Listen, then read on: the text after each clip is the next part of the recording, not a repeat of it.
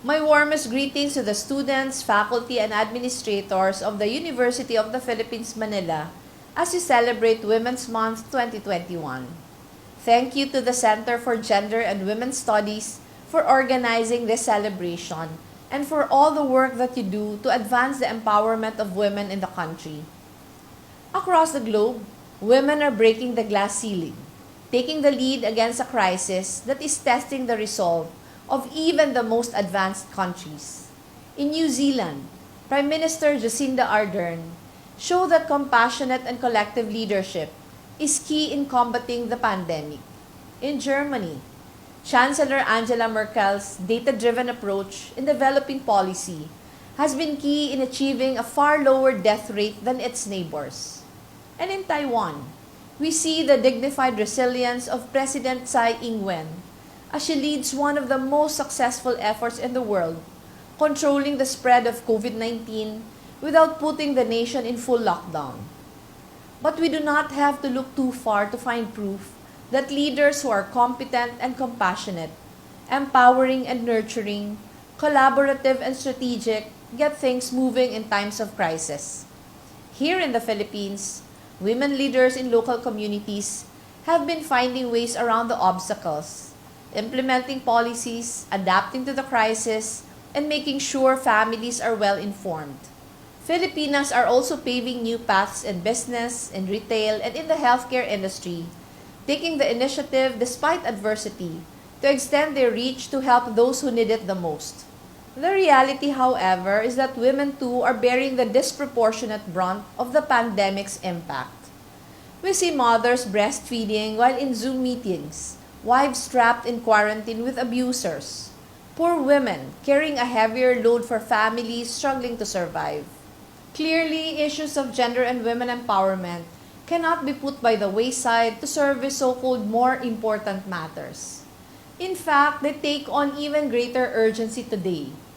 Progress has always depended on ensuring that those in the margins, including women, can not only survive but also thrive. So while the pandemic might have radically changed our context, the task at hand remains even more urgent: to empower the last, the least, and the lost, and harness them into a tide that lifts all boats. For this to happen, we need more of us to do the work. We need as many women and allies as possible, banging against the glass ceiling. More of us need to rise to the moment, to steel ourselves, straighten our backs, and speak in clearer voices. More of us must be let in so they can join the chorus, to assert our rights as women, as mothers, as leaders.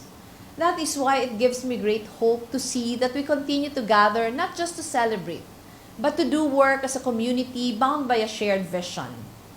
At the office of the Vice President, for example, we have seen firsthand how the public and private sectors can work together to create meaningful change, especially for women. Despite our limited mandate and resources, our office has been able to do so much, thanks to the trust and generosity of private individuals and organizations who align with our vision and values. All our efforts, especially during the pandemic, were made possible through partnerships with various groups, helping nanays jumpstart their businesses and reach bigger markets through our workshop for aspiring women entrepreneurs, or helping micro-entrepreneurs, many of whom are stay-at-home mothers, establish an online presence through our Bayanihan Mart at iskaparate.com.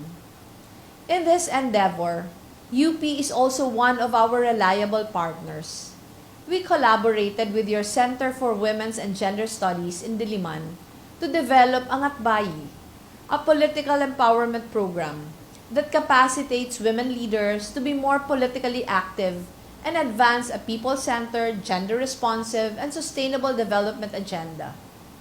While we have taken great strides towards women empowerment, the road ahead remains long, and we still have so much to do. Today's celebration, however, is proof of what is possible because we are not alone. There are many of us working to build a truly better normal, one that is truly inclusive, that is truly equitable, that truly empowers women. with institutions and advocates like you, I have faith that this better normal is close at hand. Happy Women's Month! Mabuhay ang UP Manila!